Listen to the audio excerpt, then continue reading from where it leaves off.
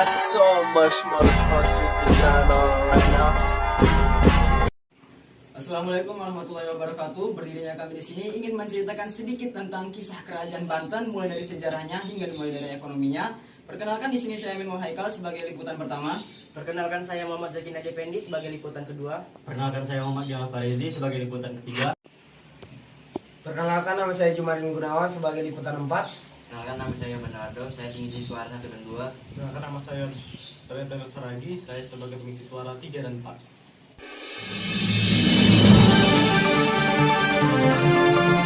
Audio Jungle.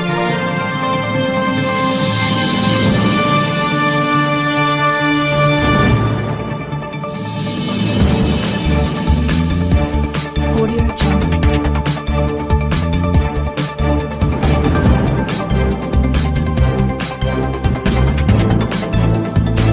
Audio Jungle.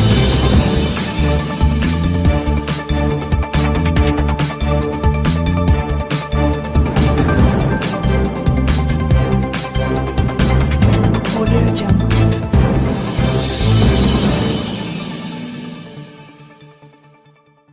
Kerajaan Banten adalah salah satu kerajaan Islam di Pulau Jawa yang pernah menjadi penguasa jalur perdagangan dan jalur pelayaran.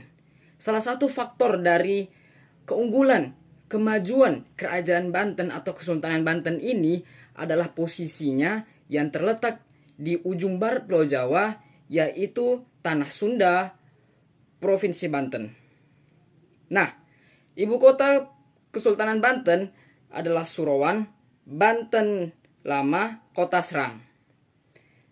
Kerajaan Banten didirikan oleh Syarif Hidayatullah atau Sunan Gunung Jati pada abad ke-16.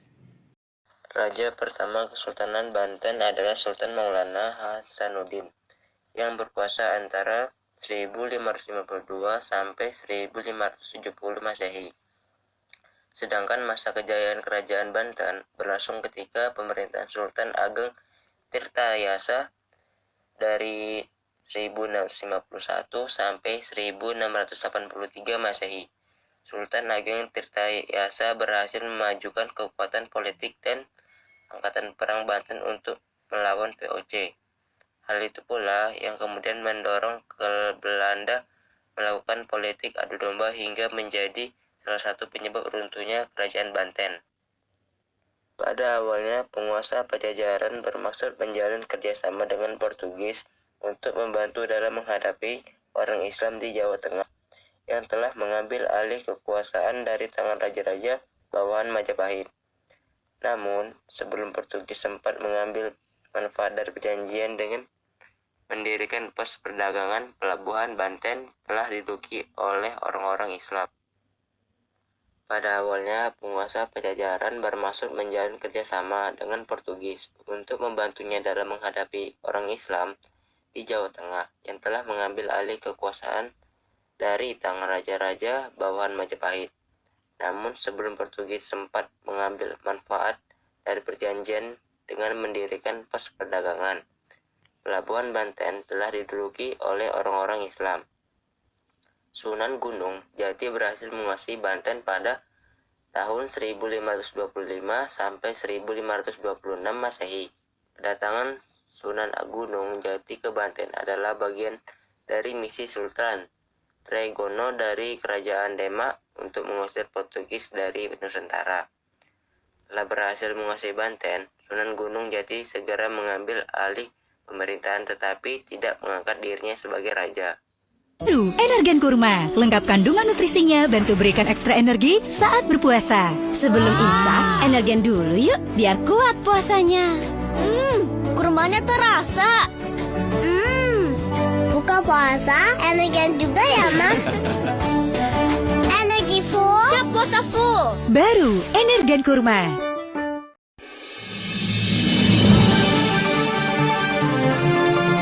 Audio Jungle.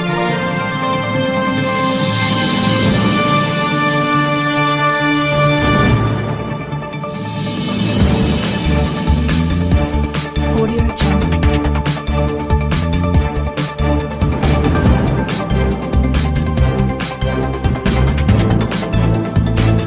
Audio Jungle.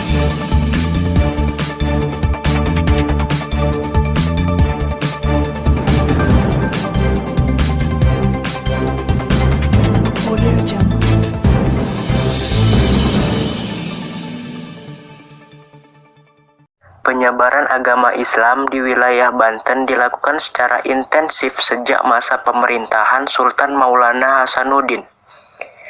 Ajaran Islam disebarkan baik di kawasan pesisir maupun di daerah pedalaman.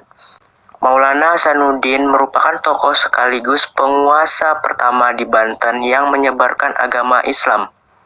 Meski ajaran Islam mempengaruhi sebagian besar aspek kehidupan, masyarakatnya telah menjalankan praktik toleransi terhadap pemeluk agama lain. Terlebih lagi, banyak orang India, Arab, Cina, Melayu, dan Jawa yang menetapkan di Banten. Salah satu bukti toleransi beragama pada masa pemerintahan Kesultanan Banten adalah dibangunnya sebuah kelenteng di Pelabuhan Banten pada 1673 Masehi. Kehidupan sosial masyarakat Banten semakin makmur pada masa pemerintahan Sultan Ageng Tirtas, sebab Sultan sangat memperhatikan kesejahteraan rakyatnya. Salah satu cara dengan menerapkan sistem perdagangan bebas. Ekonomi Kerajaan Banten bertumpu kepada perdagangan.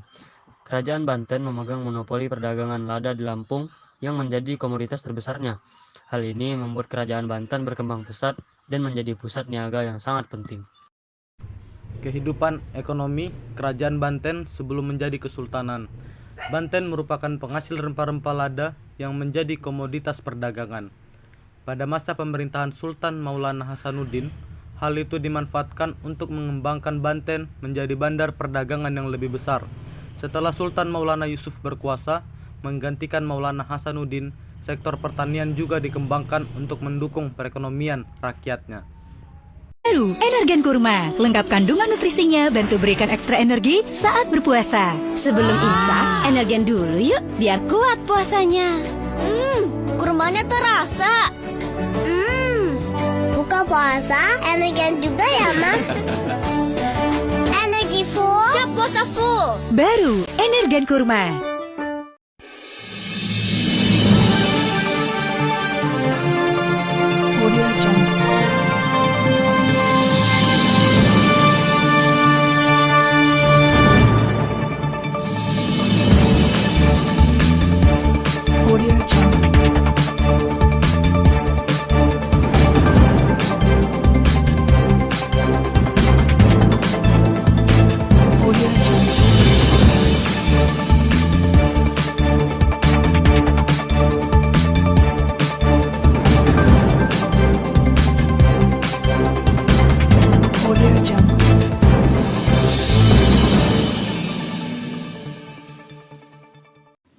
Masa keruntuhan Kerajaan Banten.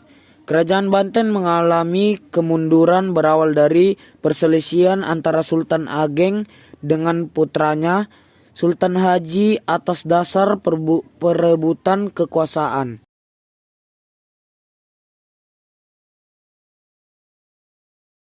Kerajaan Banten berhasil mencapai puncak kejayaan pada masa pemerintahan Sultan Ageng Tirtayasa yang berkuasa pada tahun 1651 sampai 1683 Masehi.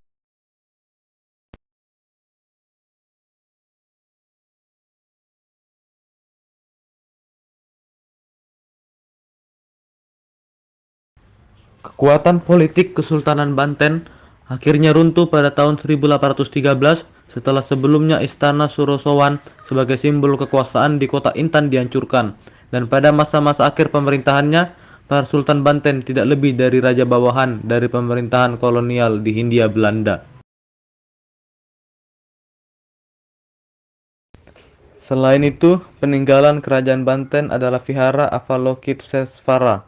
Vihara ini menjadi bukti akan keterbukaan Kerajaan Banten dengan seluruh agama. Nah, Vihara Avalokiteshvara memiliki dinding yang memiliki relief legenda siluman ular putih. Masjid Agung Banten berada di Desa Banten Lama, Kecamatan Kaseman.